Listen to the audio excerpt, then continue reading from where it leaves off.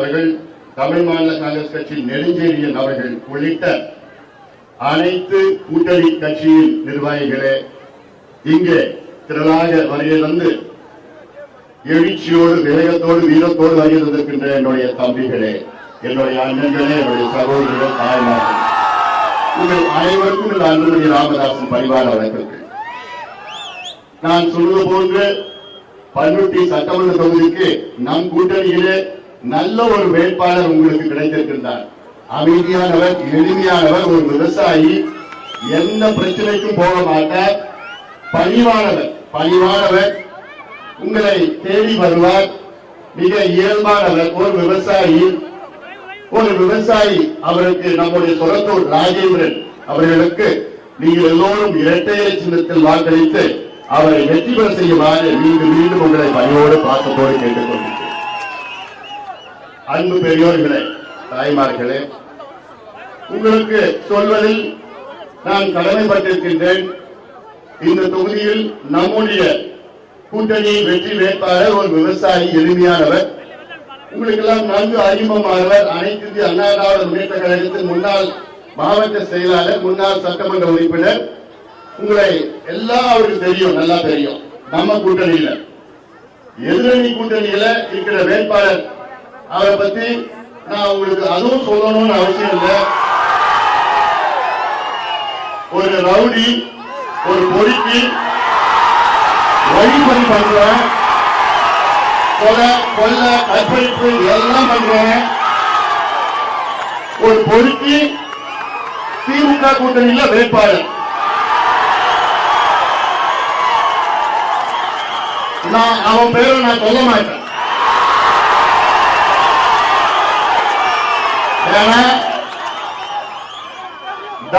தகில் சொன்னாலே தெரியும் அவன் தான் அர்த்தம். எங்க கட்சியில தகில் யாருன்னா இவன் தான், திமுக வேட்பாளர். இப்படிப்பட்ட ஒருத்தன் திமுக கூட்டணியில இங்க போட்டியிடலாம். அதாவது இதுவரைக்கும் நான் ரொம்ப நாகரிகமாக நான் அரசியல் நடத்திட்டு வருவேன். நான் நாகரிகமாக தான் பேசுவேன். யாரை பத்தி நான் தப்பா பேச மாட்டேன். யாரை பத்தி நான் ஒருமையில பேச மாட்டேன். யாரை பத்தி இது வரைக்கும் நான் அவன் இவன் கூட பேசுறது கிடையாது. ஆனால் இன்று பேசுகின்ற அவசியம் ஏற்பட்டிருக்கிறது. நான் முதல்ல உங்ககிட்ட எல்லாத்துக்கும் நான் மன்னிப்பு கேட்கணும். ஏன் மன்னிப்பு கேட்கணும்னா, இந்த தகுல வளர்த்து இவனை எம்எல்ஏ ஆக்கி, இவனை மாவட்ட செயலாளர் ஆக்கி, கட்சியில இணை பொதுச் செயலாளர் ஆக்கினவன் நான். அப்படிப்பட்ட ஒருத்தவன இந்த அளவுக்கு இவ்வளவு பொறுப்புகள் கொடுத்து எம்எல்ஏ ஆக்கி, மாவட்ட செயலாளர் ஆக்கி, மாநில துணை பொதுச் செயலாளர் ஆக்கி, கட்சியில உயர்ந்த பதவி இணை பொதுச் செயலாளர் ஆக்குறதுக்கு உங்களை எல்லாருக்கும் நான் மன்னிப்பு கேட்கிறேன். அதுவும் வணங்கி நான் மன்னிப்பு கேட்கிறேன். மன்னிச்சுக்கீங்க. இப்படி ஒரு பொறுக்கிய உருவாக்குறதுல அதுல என் பங்கும் கொஞ்சம் இருக்குது. அதனாலதான் மீண்டும் உங்ககிட்ட நான் மன்னிப்பு கேட்கிறேன். அந்த தப்பு நான் பண்ணிட்டேன். அதை திருத்துவதற்காக நான் இங்க வந்திருக்கிறேன். தயவு செய்து அந்த பொறுக்கிய உங்களுடைய எம்எல்ஏ தேர்வு செய்யாதீங்க. அது மட்டும் நான் சொல்றேன். ஏன்னா தமிழ்நாட்டில் 234 சட்டமன்ற தொகுதிகள் இருக்கிறது. இந்த 234 சட்டமன்ற தொகுதியிலும் ஒரு மோசமான சட்டமன்ற தொகுதியின் வேட்பாளர் இவன் தான், இந்த நகல் தான். அதாவது இந்த தொகுதியை பொறுத்த வரைக்கும் யார் வர வேணும், அதை விட யார் வரக்கூடாதுன்னு நீங்க முடிவு பண்ணணும். நீங்க இருக்கிற வியாபாரி கிட்ட எல்லாத்தையும் நான் கேட்கிறேன். உங்க வியாபாரம் நல்லா அமைதியா நடக்கணும். உங்க வீட்டு பெண்கள் எல்லாம் நல்லா நிம்மதியா இருக்கணும். இந்த நகரம் நல்லா வளம் பெறணும். அப்படின்னா நம்முடைய சொரத்தூர் ராஜேந்திரனை இரட்டை இலை சின்னத்திலே நீங்கள் வாக்களிக்கணும். தப்பில் தவறி நீங்க திமுக சின்னத்தில் நீங்க வாக்களிச்சீங்கன்னா அவ்வளவுதான். இங்க அமைதி எல்லாம் போயிடும். இந்த நகர மக்கள், இந்த தொகுதியுடைய அமைதி, இந்த மாவட்டத்தினுடைய அமைதி எல்லாம் போயிடும். ஏன்னா அவனை பத்தி எனக்கு நல்லா தெரியும். நல்லா தெரியும். ஏன்னா அவன் வாய் திறந்தாலே பொய்ய தவிர எதுவும் பேச மாட்டான். நடிப்பா அழுவான், தலையில உருவான், பிறகுவான், என்னென்ன நாடகம் பண்ணுவான், எல்லாம் பண்ணுவான். இப்பதான் டிஜிபி கிட்ட பேசணும்னு போய் சொல்லுவான், இப்பதான் நான் தளபதி கிட்ட பேசணும்னு போய் சொல்லுவான். என்னென்ன நாடகம் நடிப்பான் எல்லாமே எனக்கு நல்லா தெரியும். அதனால்தான் இந்த பண்ருட்டி தொகுதியில் உள்ள மக்களிடம் நான் மன்றாடி கேட்டுக்கொள்வது, தயவு செய்து ஒரு பொறுக்கிய உங்களுடைய சட்டமன்ற உறுப்பினராக தேர்வு செய்யாதீங்க. நம்முடைய கொளத்தூர் ராஜேந்திரனை நீங்க தேர்வு செய்யுங்க. அவர் அமைதியானவர். ஏன்னா இப்போ ஏன் நான் சொல்றேன், இப்போ இந்த டகில் மேல எவ்வளவு குற்றங்கள் இருக்கு, வழக்கு பதிவு இருக்கு. வழக்கு பதிவுனா 4 பக்கம், அவன் மேல 4 பக்கம் வழக்கு பதிவு இருக்கு.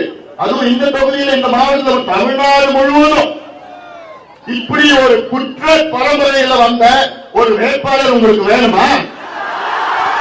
இவன் மட்டும் கிடையாது, டகில் மட்டும் கிடையாது, அவன் அண்ணன் மேல 50 குற்ற வழக்கு இருக்கு. அவன் அண்ணன் மேல வழக்கு நியாயமா பார்த்தா 2 பேரும் குண்டர் சட்டத்தில் ஜெயில இருக்கணும்.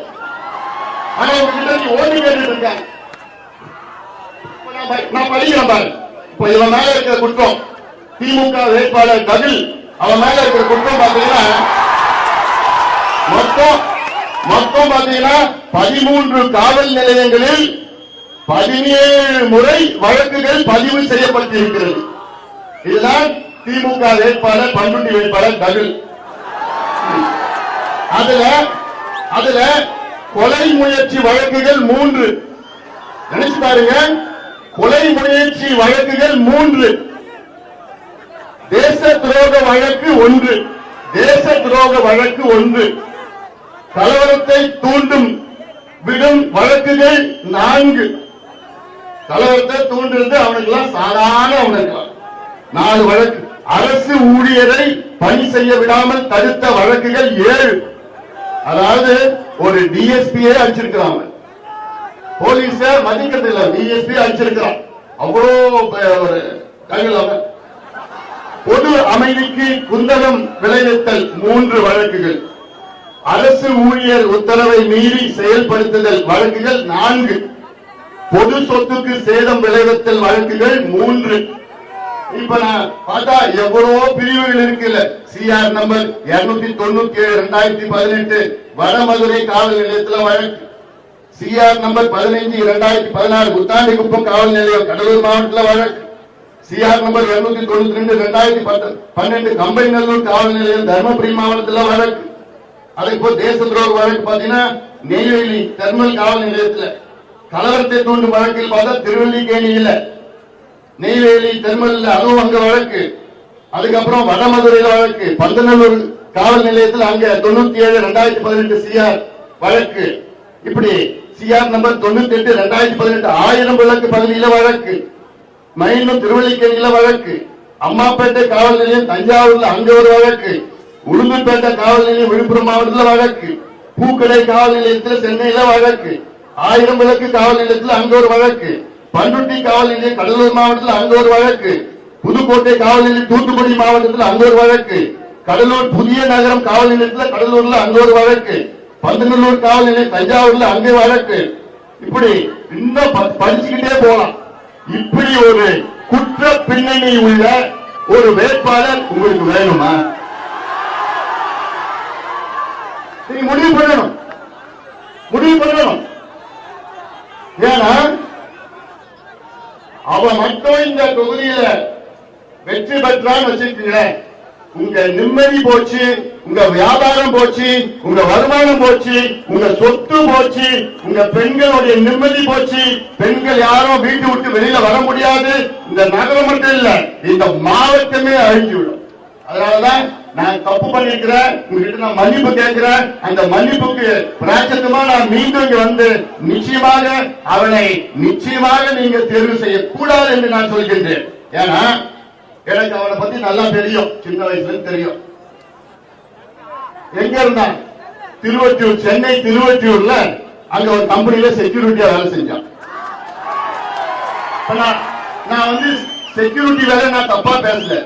பெருமை மிக்க வேலை செக்யூரிட்டி வேலைன்னா பெருமை மிக்க வேலை.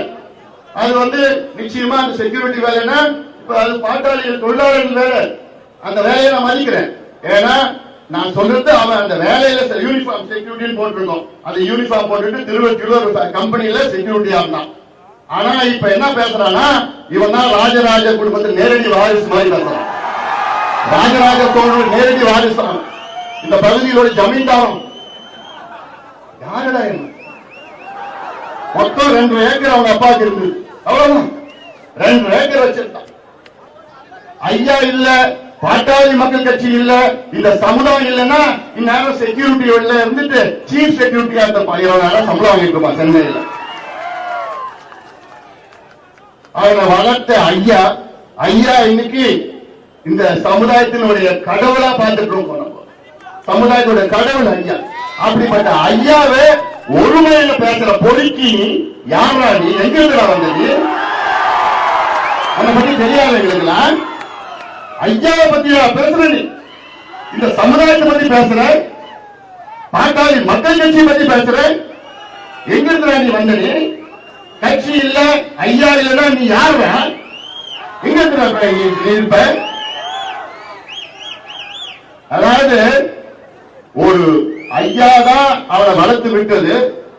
வளர்த்து விட்ட ஐயாவையும் சமுதாயத்தையும் கட்சியை பத்தி ஒருத்தன் கொச்சப்படுத்துறானா எதுக்கு சமம் தெரியுமா? அவனே அவங்க அம்மா பத்தி தப்பா பேசுறதுக்கு சமம்.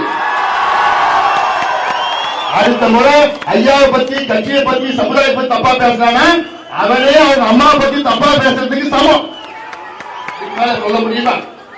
அதனால அவன் தேர்தல் அபிடவிட்ல பாத்தீங்கன்னா எலெக்ஷன் அபிடவிட்ல ஃபைல் பண்ணிருக்கிறான்.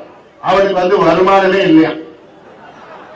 இந்த வருஷம் கடந்த 3 வருஷமா எவ்வளவு தெரியுமா வருமான வரி கட்டியிருக்கிறான்? 0, 1 பைசா இல்ல. வருமான வரியே கட்டலையா 3-4 வருஷமா. நான் கேட்கிறேன், வருமான வரியே கட்டல, வருமானம் இல்லைன்னு நீ சொல்ற, எப்பதான் நீ 30 பேர் வச்சு கார்ல கூட்டிட்டு போற வர இந்த பக்கம் போற? அதுக்கு எங்க காசு வந்தது உனக்கு? அந்த 30 பேர் 100 பேருக்கு சாப்பாடு 3 வேளைக்கு எப்படி போடுற? அவனுக்கு சம்பளம் எப்படி நீ கொடுக்குற? வண்டிக்கு டீசல் எப்படி நீ போடுற? நீ போறது 2 கோடி ரூபாய் ரேஞ்ச் ரோவர்ல நீ போற. எங்க பணம் வந்தது உனக்கு? எங்க வந்தது? எப்படி எல்லாரையும் மிரட்டி கொள்ளடிச்சு எல்லா கம்பெனிகளும் மிரட்டி மிரட்டி மிரட்டி இந்த கடலூர் இருந்து கிட்டத்தட்ட 7 கம்பெனி மூடிட்டாங்க. இவன் போய் மிரட்டுறது எப்படி மிரட்டுவானா? இவனே ஆள் செட் பண்ணி அங்க போய் தகராறு பண்ணி இவரே போய் பேசுவாரா, அங்க மிரட்டி அதுக்கப்புறம் அந்த கம்பெனி முடிஞ்சு போச்சு. இதுதான் இவனுடைய வேலை. இவன் மட்டும் இவன் குடும்பத்தையே அப்படிதான் பண்றது. அண்ணன் தம்பி எல்லாமே இந்த வேலையெல்லாம் ஈடுபட்டு இருக்காங்க. அதனாலதான் நான் மீண்டும் மீண்டும் உங்களுக்கு எச்சரிக்கிறேன். நான் இந்த தொகுதியில் உள்ள அனைவருக்கும் நான் எச்சரிக்கிறேன். நான் ஏன்னா இவனை பத்தி நல்லா தெரியும். அதனாலதான் உங்களுக்கு எச்சரிக்கை நான் வந்திருக்கிறேன். நான் இவனை பார்த்தா மொத்தம் அந்த அப்பா 2 ஏக்கர் தான் இருக்கு. இப்ப பார்த்தா தோட்டத்துல உட்கார்ந்து இருக்கிறான். தென்னந்தோப்புல தோட்டத்துல உட்காந்துக்கிட்டு காலை நீட்டிட்டு இந்த காலை ஒருத்தன் அமுக்குறானா, அந்த காலை ஒருத்தன் அமுக்குறானா, கையில ஒருத்தன் எண்ணீர் வெட்டி வச்சிருக்காங்க, கிளவுஸ் மாட்டி. யாரா நீ? இங்க புரியல. இந்த சினிமால பாக்குறமே அது மாதிரி மனநிலையை என்னன்னு தெரியல.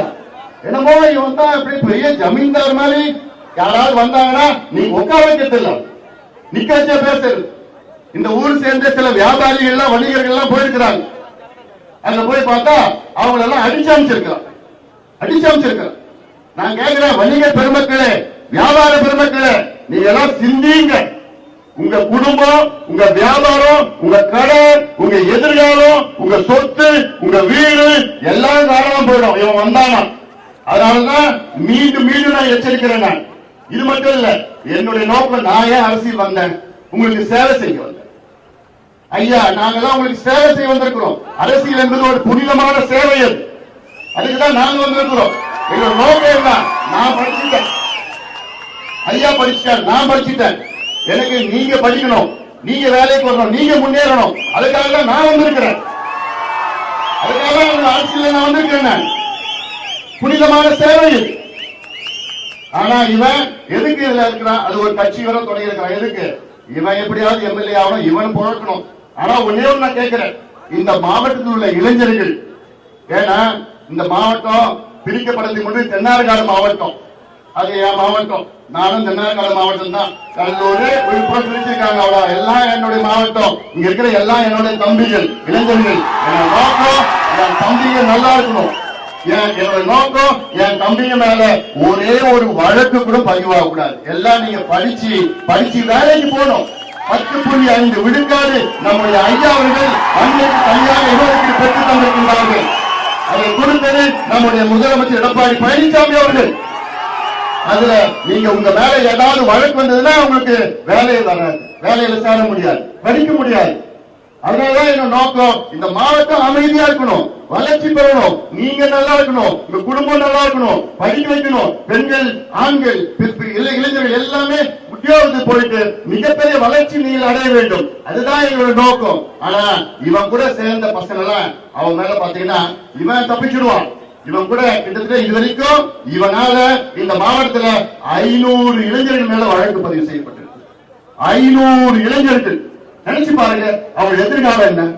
ஏதோ ஆசை காட்டிட்டு பேசுவான், பேசி பிரெயின் வாஷ் பண்ணுவான். இப்படி பண்ண இப்பதான் நான் பிரபாகரனை பார்த்துட்டு வந்தேன்னு சொல்லுவான், எல்லாம் சொல்லுவான்.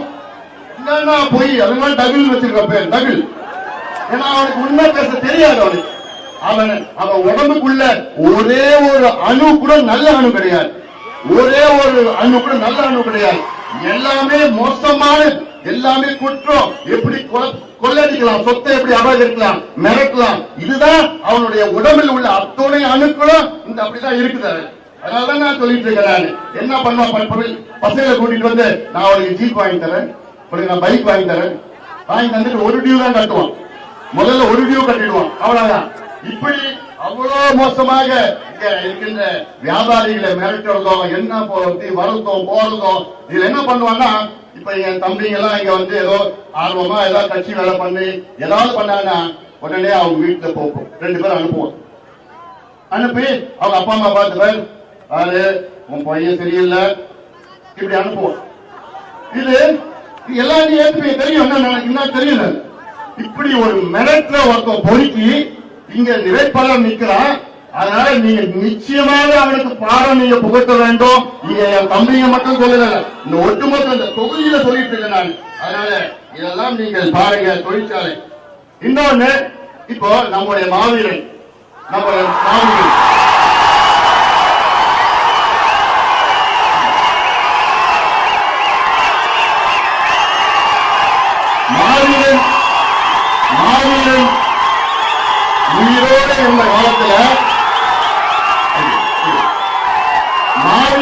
உயிரோடு இருந்த காலத்துல இந்த நபில் மாவீரனை எதிர்த்தவன். இந்த நபில் வந்து மாவீரனை எதிர்த்தவன். மாவீரனுக்கு கொலை மிரட்டல் கொடுத்தவன் இந்த நபில்.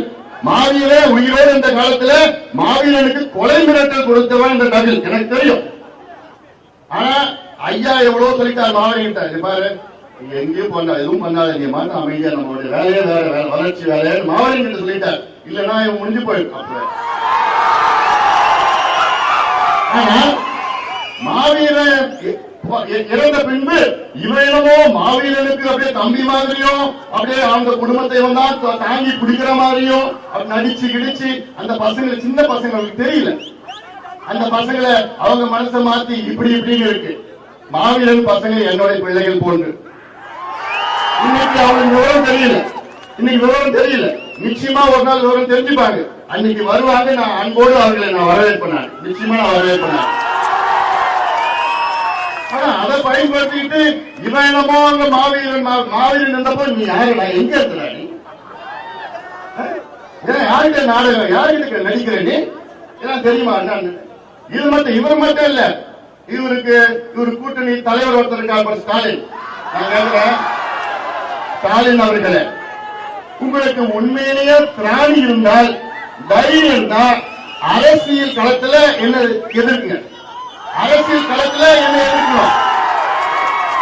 இது போன்ற கோழைத்தனமாக சகுனித்தனமாக மாவீரன் பிள்ளைகளை வச்சுக்கிட்டு அவங்களுக்கு இது பண்ற அது பண்றேன்னு சொல்லிட்டு எங்களுக்கு எதிர்க்கின்ற ஸ்டாலின் அவர்களே, உங்களுக்கு திராணியம் கிடையாது, தைரியமும் கிடையாது. அரசியல் களத்துல நான் தயாரா இருக்கேன், என்ன எதிர்க்க. பிள்ளைகளை வச்சுக்கிட்டு ஏன் நீ பண்றீங்க? இது கோழைத்தனம், பேடித்தனம், கோழைத்தனம். நாங்கெல்லாம் இந்த நேரடியா தைரியமா அரசியல் களத்தில் இருக்கிறோம் நாங்கெல்லாம். அதனால இதெல்லாம் நீங்கள் பார்க்குங்க. ஏன்னா என்னுடைய நோக்கம் இதெல்லாம் நீங்க நிச்சயமா இந்த பகுதி வளம் பெற வேண்டும், வளர்ச்சி அடைய வேண்டும். அதனாலதான் நான் இன்னைக்கு நான் பேசுறது இது வரைக்கும் வாழ்நாள் இப்படி நான் பேசுறது கிடையாது. மேடையில மட்டும் இல்ல, சும்மா கூட நான் அப்படி நான் பேசுறது கிடையாது. சும்மா வீட்டுல கூட நான் அப்படி பேசுறது கிடையாது. ஆனா இன்னைக்கு பேசணும்னு ஒரு கட்டாயம், பேசணும்னு பேச வேண்டிய கட்டாயம். ஏன்னா மீண்டும் நான் சொல்றேன், மன்னிப்பு உங்ககிட்ட மன்னிப்பு கேட்கிறேன். இது போன்ற ஒரு பொறுக்கிய உருவாக்கியதில் அதுல எனக்கு ஒரு பங்கு இருக்கு. அதுக்கு பிராயச்சத்தமா நான் கேட்கிறேன், இந்த தப்ப மட்டும் நீங்க யாரும் செஞ்சிடாதீங்க. இப்படி மோசமான ஒரு வேட்பாளர் இவன் சீட்டுக்காக என்ன வேணா பண்ணுவான், யார வேணா திட்டுவான், எப்படி வேணா பேசுவான். சீட்டு நாளைக்கு பாரு ஸ்டாலின், நாளைக்கு ஸ்டாலின மோசமா பேசுவான், நிச்சயமா பேசுவான். அவனுக்கு மானம், ஈனம், ரோசம், சூடு, சொன்ன இது கொள்கை எந்த கத்திரிக்காயும் கிடையாது. அவனுக்கு பணம், பதவி, வேலி அவன் மட்டும்தான், அவன் குடும்பம். அதனால அவன் கூட இருக்கிற இளைஞர்கள் அன்பான வேண்டுகோள், என்ன நோக்கம் நீங்க நல்லா இருக்கணும், நீங்க நல்லா இருக்கணும். அதாவது இப்ப பார்த்தா இவனுக்கு தமிழ்நாட்டுல எல்லா ரவுடியும் கூட லிங்க் இருக்கு, எல்லா ரவுடி கூட லிங்க் இருக்குது. இவனுக்கு கூட இருக்கிற பசங்க எல்லாம் அவன் என்னன்னா, நான் டகுலால் வந்திருக்கேன் தெரியுமா, என்ன ஆயிட போகுது. இப்படி அந்த பசங்க எல்லாம் அவங்களுக்கு ஏதோ ஒண்ணு. நிச்சயமா யாரும் அவங்க கூட சேராதீங்க. அவன் ஒரு தீய சக்தி அவன். இந்த மண்ணுக்கு மட்டும் இல்ல, இந்த மாவட்டத்துக்கு மட்டும் இல்ல, தமிழ்நாட்டுக்கே ஒரு தீய சக்தி. அவனை யாரும் கூப்பிட மாட்டாங்க, அவனே போய் நிற்பான். கல்யாணத்துல யாரும் கூப்பிட மாட்டாங்க, அவனே போய் நிற்பான். எங்கேயாவது போராட்டம் பண்ணாலும் அவனே போய் நிற்பான். இன்னும் யாரு போராட்டம் பண்ணாலும் அவன் கையை பிடிச்சி போட்டோ எடுத்துப்பான். போட்டோ எடுத்து பார்த்து அடுத்த நாள் பார்த்தா அவன் போட்டோ பேப்பர்ல வரும், காசு கொடுத்து அந்த போராட்டம் பண்றவர் அவர் அந்த படத்தை வரமாட்டார். இதுதான் இது போன்ற கிட்டத்தட்ட கீழ்த்தரமான அரசியல் செய்கின்ற ஒரு நபர். அரசியல் நான் சொல்ல மாட்டேன், கட்ட பஞ்சாயத்து, வழிப்பறி, கட்ட பஞ்சாயத்து, நில அபகரிப்பு. இதை விட தமிழ்நாட்டில் ஒரு கேவலமான வேட்பாளர் இவனை விட யாருமே இருக்க மாட்டாங்க. அதனாலதான் மீண்டும் நான் எச்சரிக்கிறேன் உங்களை, இந்த பண்ருட்டி சட்டமன்ற தொகுதியில் உள்ள அத்துணை தாய்மார்களையும், அத்துணை வியாபாரிகளையும், அத்துணை விவசாயிகளையும், அத்துணை இளைஞர்களையும், அத்துணை அரசு ஊழியர்களையும், அத்துணை மாணவர்களையும், அத்துணை பேருக்கும் உங்களை மன்றாடி கேட்டுக் கொள்கின்றேன். நீங்க நிச்சயமாக நல்ல ஒரு வேட்பாளர் சொரத்தூர் ராஜேந்திரன். அவருக்கு சட்ட பஞ்சாயத்து என்னன்னு தெரியாது, பிரச்சனைனா என்னன்னு தெரியாது. அவர் பேசுறதே ரொம்ப அமைதியா பணிவா பேசுவார். உண்மையிலே பாத்தீங்கன்னா அவங்க அப்பாவுக்கு அவங்க தாத்தாவுக்கு 500,000 ஏக்கர் இருக்குது. இப்ப அதை வித்துதான் அரசியல் பண்ணிட்டு இருக்காரு. அவர் அரசியல் எதுவும் சேர்க்கல, சொத்து சேர்க்கல. 1000 ஏக்கர் அவங்க அப்பா சொரத்தூர்ல பார்த்தா 1000 ஏக்கர் அவங்க அப்பாவுக்கு இருந்தது, அவங்க தாத்தாவுக்கு இருந்தது. அந்த சொத்தெல்லாம் அவர் அழிச்சு அரசியல் பண்ணிட்டு இருக்காரு. அவர் சொத்தை அரசியல் உங்களுக்கு கொடுத்துட்டு இருக்காரு. ஆனா இவன் 2 ஏக்கர் வச்சிருந்தான். இன்னைக்கு பார்த்தா எத்தனை எங்கெங்கே ஏக்கரு, அங்க ஸ்கூல அபகரிச்சுட்டான், இந்த ஃபேக்டரி அபகரிச்சுட்டான், என்னென்னமோ பண்ணிட்டு இருக்கு, மிரட்டி பண்ணிட்டு இருக்கிறான். அதனால இதெல்லாம் மனதிலே வையுங்கள். அவன் இருக்கிற கூட்டணியை நினைச்சு பாருங்க, அந்த கூட்டணியில யார் இருக்கான்னு நினைச்சு பாருங்க. அதனால சுத்தமா பிரச்சனை வந்துட்டு இருக்கோம். அதனால அவனுடைய அரசியல் பாத்தீங்கன்னா இந்த சட்டமன்ற தேர்தலில் அவனுடைய அரசியலுக்கே ஒரு சாகுமணி. நீங்க தொகுதியில் உள்ள இங்க பண்ருட்டி தொகுதியில் உள்ள அத்தனை பேரும் அடிக்க வேண்டும். இதுக்கப்புறம் அரசியலை விட்டு ஓடணும், அவன் வேண்டாம் சொல்லணும். ஏன்னா எல்லாமே இப்போ ஒதுக்கிட்டாங்க. அவனை பத்தி தெரியும், சும்மா பேசிட்டு இப்படின்னு வந்துட்டு இப்படியே பாத்தீங்கன்னா 30-40 கார்ல அங்க இருக்கிற பொறி ரவுடி பசங்க உள்ள வச்சுக்கிட்டு இங்கே இப்படி அப்படின்னு வந்து போயிட்டு இருக்கான். அதனால எம்எல்ஏ மட்டும் ஆயிட்டா அவ்வளவுதான், முடிஞ்சு போச்சு, உங்க கதை முடிஞ்சு போச்சு. அதனாலதான் நான் சொல்றேன், இப்பயே நான் எச்சரிக்கிறேன் நாடுகள்லாம். அதனால நீங்க எல்லாம் சேர்ந்து நிச்சயமாக நல்ல ஒரு முடிவெடுங்கள். நம்முடைய சொரத்தூர் ராஜேந்திரன் அவர்களை இரட்டை இலை சின்னத்திலே வாக்களித்து அவருக்கு மிகப்பெரிய வெற்றியை தர வேண்டும். அதனால நீங்க எல்லாம் பாருங்க, அவன் வருவான், இந்த தேர்தலில் வருவான், 500 ரூபாய் 1000 ரூபாய் கொடுப்பான், 500 ரூபாய் 1000 ரூபாய் லஞ்சமா கொடுப்பான், ஒரு ஓட்டு கொடுப்பான். அதெல்லாம் தப்பி தவறி யாராவது 500 1000க்கு ஆசைப்பட்டீங்க, உங்க வீட்டு பெண்களை ஞாபகம் வச்சுங்க, உங்க வீடு ஞாபகம் வச்சுங்க, உங்க சொத்து ஞாபகம் வச்சுங்க, உங்க நிம்மதியை ஞாபகம் வச்சுங்க, இந்த மாவட்டத்தின் வளர்ச்சியை ஞாபகம் வச்சுங்க. எதுவுமே வர 500 1000க்கு ஆசைப்பட்டீங்க, உங்க வாழ்க்கையே நாசமா போயிடும். அதனால இதெல்லாம் சிந்திங்க. இது உங்களுடைய வாழ்க்கை பிரச்சனை, இது உங்களுடைய வாழ்க்கை பிரச்சனை. இந்த நகரத்தில் மட்டுமல்ல, இந்த பண்ருட்டி சட்டமன்ற தொகுதி மக்களுடைய வாழ்க்கை பிரச்சனை பார்க்கிறேன் நான். அதனால நீங்க எல்லாம் பாருங்க, நம்முடைய சொரத்தூர் ராஜேந்திரன் சொல்லிட்டார்ல, இங்க கல்லூரியை நான் கொண்டு வருவேன், குளிர் 17 தொழிற்சாலையை நான் கொண்டு வருவேன், முந்திரிக்கு நான் 17 தொழிற்சாலை, மதிப்பு கூட்டுற தொழிற்சாலை நான் இங்க கொண்டு வருவேன். இப்படி அவ்வளவு அந்த மருத்துவமனை 24 மணி நேரம் மருத்துவமனையாக நான் உயர்த்துவேன். இதுதானே தேவை, இதுதானே தேவை. இது நிச்சயமா நம்முடைய சொரத்தூர் ராஜேந்திரன் செய்து கொடுப்பார், உங்களுக்கு நிச்சயமாக செய்து கொடுப்பார். ஆனா அவன் எதுவுமே பண்ண மாட்டான், எதுவுமே பண்ண மாட்டான். வருவான், போவான், மிரட்டுவான், எல்லாம் போய் எத்தனை இந்த வியாபாரிகளை வணிகர்கள் எத்தனை பேர் அடிச்சிருக்கிறான் எனக்கு தெரியும், அது அவங்களுக்கும் தெரியும். எத்தனை பேர் கூப்பிட்டு மிரட்டி அடிச்சிருக்கிறான். அவன் மிரட்டுறதுதான் அவருடைய வேலையே. இவ்வளவு காமிச்சல இத்தனை வழக்குகள், இத்தனை வழக்குகள் உள்ள ஒரு வேட்பாளர் வேண்டுமா, அல்லது அமைதியா நல்ல ஒரு மனிதர், ஒரு விவசாயி சொரத்தூர் ராஜேந்திரன் அவர்கள் வேண்டுமா என்று நிச்சயமாக நீங்கள் முடிவு செய்யுங்கள். நிச்சயமா நல்ல முடிவு எடுப்பீங்கள். அதனால நம்முடைய அமைதியானவர், ஒரு விவசாயி, உங்களுக்கு நன்கு அறிமுகமானவர், எந்த பிரச்சனைக்கும் வரமாட்டாரு. உங்ககிட்ட டொனேஷனோ கலெக்ஷனோ மிரட்டலோ அவருக்கு எதுவும் தெரியாது. அவர் சொத்து தான் மத்தவங்களுக்கு கொடுத்திருக்கிறார் தவிர மத்தவங்க சொத்து அவர் எடுத்தது கிடையாது.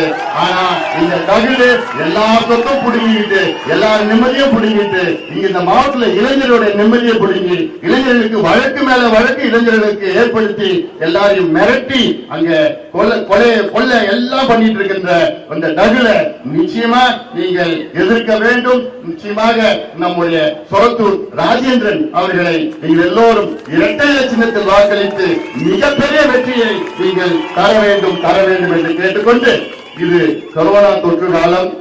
இந்த நீங்க எல்லாம் பத்திரமா ஜாக்கிரதையா இருக்கணும். நான் அன்பான வேண்டுகோள், நீங்க எல்லாம் மாஸ்க் போட்டுருக்க. ஏன்னா இப்ப 2வது அலை, செகண்ட் வேவ் இப்ப கொரோனா தொற்றுல வந்துட்டு இருக்கு. நான் பேசுறதுக்காக என்ன மாஸ்க் கழட்டி இருக்கிறேன். நான் உள்ள போனோம்னா மாஸ்க் போட்டு நான் வண்டியில போட வந்தேன். நீங்க எல்லாம் மாஸ்க் போட்டுக்கிட்டு ரொம்ப ஜாக்கிரதையா, ரொம்ப கவனமா நீங்க பத்திரமா இருக்கணும். உங்களுடைய உடல்நிலை, உங்களுடைய நலம் தான் எனக்கு முக்கியம். மற்றதெல்லாம் அதுக்கப்புறம் தான். நீங்க நல்ல உடல்நலத்தோட பாதுகாப்பாக நீங்க எல்லாம் இருக்கணும். இந்த கொரோனா தொற்று காலத்திலே நீங்க எல்லோரும் மாஸ்க் அணிந்து நீங்க பாதுகாப்பா இருக்க வேண்டும் என்று உங்களை எல்லாம் அன்போடு கேட்டுக்கொண்டு, மீண்டும் சொல்வதெல்லாம், இந்த தொகுதி அமைதியா இருக்க வேண்டும், வளர்ச்சி அடைய வேண்டும், ரவுடிசம்லாம் இருக்கக்கூடாது, சட்ட பஞ்சாயத்துலாம் இருக்கக்கூடாது, குண்டர் சட்டம் எல்லாம் மிரட்டுறது, நிராபகரிப்பு எதுவுமே இருக்கக்கூடாது, அமைதியா இருக்கணும். அதற்கு நம்முடைய வெற்றி வேட்பாளர் சொரத்தூர் ராஜேந்திரன் அவர்களை இரட்டை இலை சின்னத்தில் வாக்களித்து அவரை வெற்றி பெற செய்யும் ஆர்வம் எல்லோரையும் பணியோடு பாசத்தோடு கேட்டுக்கொண்டு நன்றியோடு விடைபெறுகின்றேன். நன்றி, வணக்கம்.